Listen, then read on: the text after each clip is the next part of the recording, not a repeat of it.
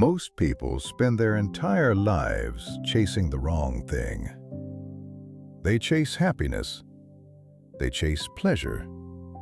They chase better feelings, better experiences, better versions of themselves.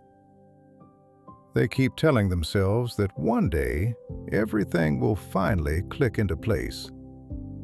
But what if that's the trap? What if the goal of life was never to feel happy all the time? What if the real goal was something much less exciting, but much more honest? What if the point is not to maximize pleasure, but to minimize unnecessary suffering? That was the brutal idea at the center of Arthur Schopenhauer's philosophy. And at first, it sounds pessimistic. But if you really sit with it, it's strangely freeing. Because once you stop asking, "Why am I not fully happy yet?" you start asking a much better question. Why am I making life harder than it needs to be? Schopenhauer believed that the quality of your life is shaped by three things. First, what you are: your mind, your character, your health, your self-control, your inner strength. Second, what you have: your money, possessions, status, comfort, external resources. And third, how others see you: your reputation, your image, your social value in the eyes of other people.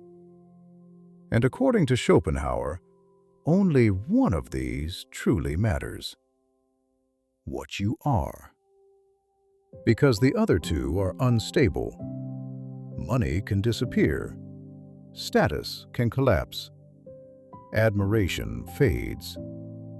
People praise you one day and forget you the next.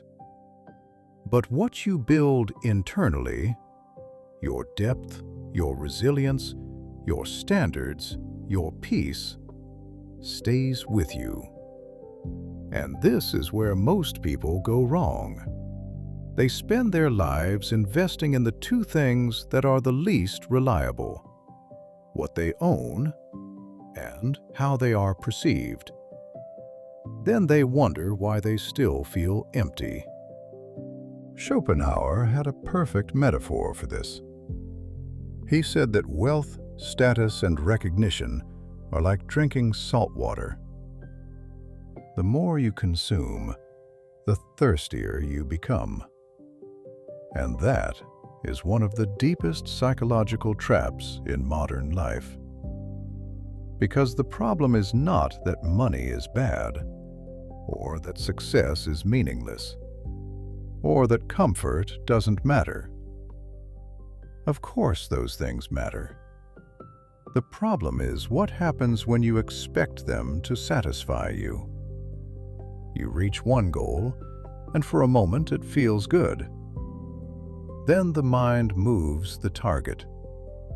You want more money, more validation, more attention, more beauty, more progress, more proof that your life matters.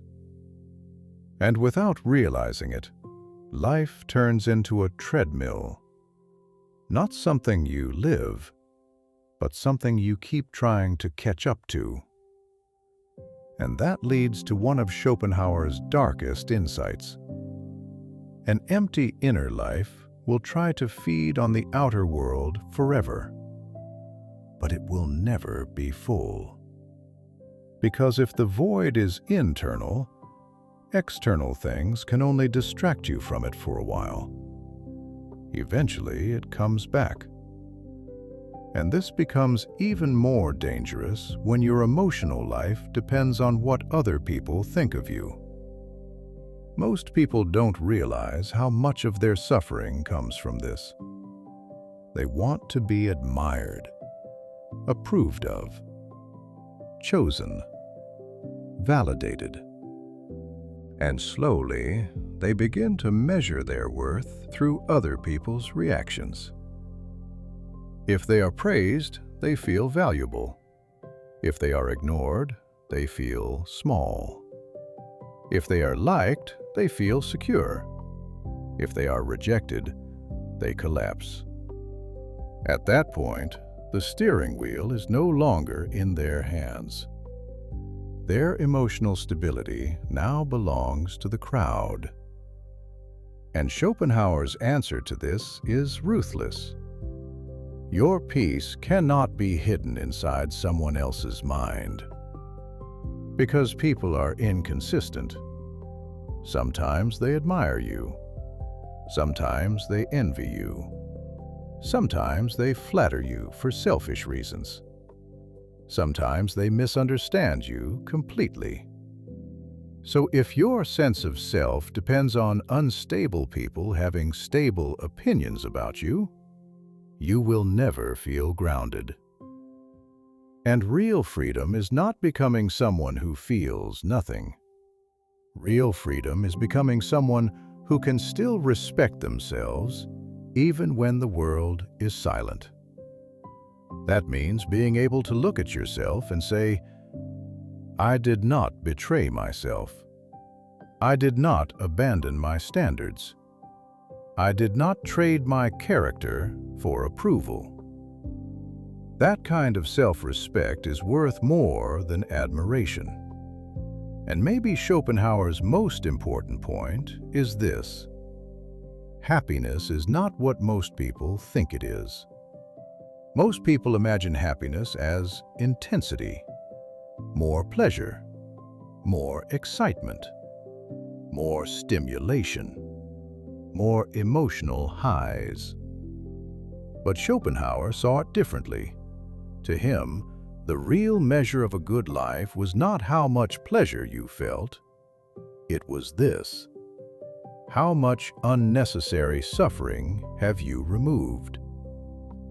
That is a much more uncomfortable question, but it is also much more useful. Because the things that destroy people are not always dramatic tragedies. Often, it is the quiet repetition of avoidable pain. The wrong people, the wrong habits, the wrong lifestyle, constant comparison, mental noise, emotional dependency, a life that does not actually belong to you. Each one may seem small, but together they drain the soul. And maybe that is why so many people feel exhausted without being able to explain exactly why. So Schopenhauer forces us to stop asking, how can I feel better all the time? And instead ask, what in my life is poisoning me slowly? That question changes everything. Because real peace is often not a euphoric state. It is not some permanent emotional high. Sometimes peace is much simpler than that. Sometimes peace is just less chaos, less noise, less self-betrayal, less inner conflict.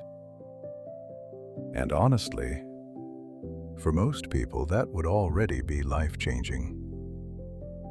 So what do you actually do with this? Schopenhauer offers two surprisingly practical answers. The first is this: know yourself. It sounds simple, but most people never really do it. They think they know what they want, but often they only want what they were taught to want.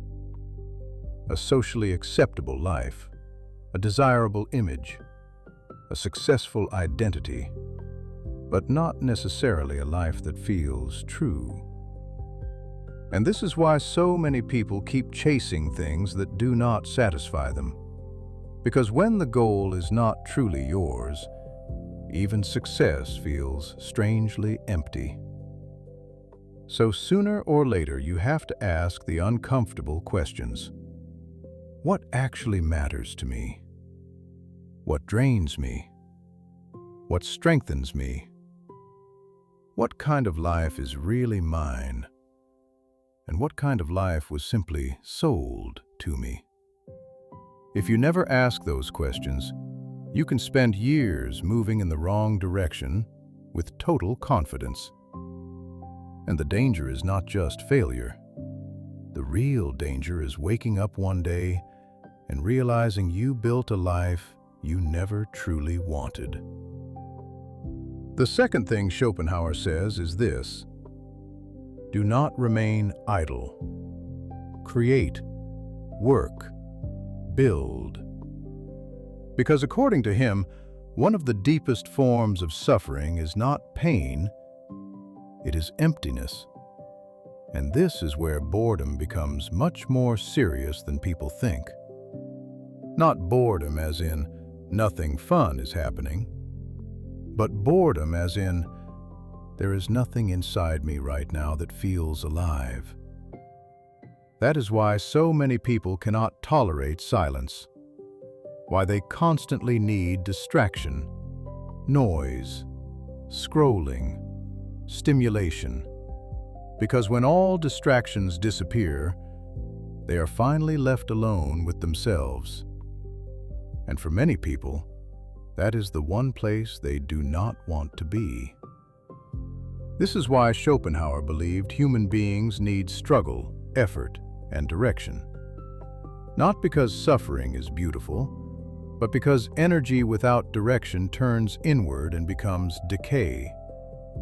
So build something, write something, cook something, learn something, repair something, practice something, commit to something.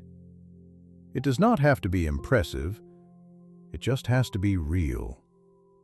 Because one of the most dangerous things in life is having energy with nowhere meaningful to go. And maybe that is Schopenhauer's deepest lesson. The goal of life is not endless happiness. The goal is to become someone who suffers less stupidly. Someone with more inner structure, more clarity, more self-respect, more resistance to the chaos of the world. Because the world will always remain unstable. People will remain inconsistent. Pain will always exist. But if you can build a stronger interior life, you stop needing the world to constantly reassure you. And maybe that is what peace actually looks like. Not a life full of endless pleasure, just a mind that is no longer at war with itself.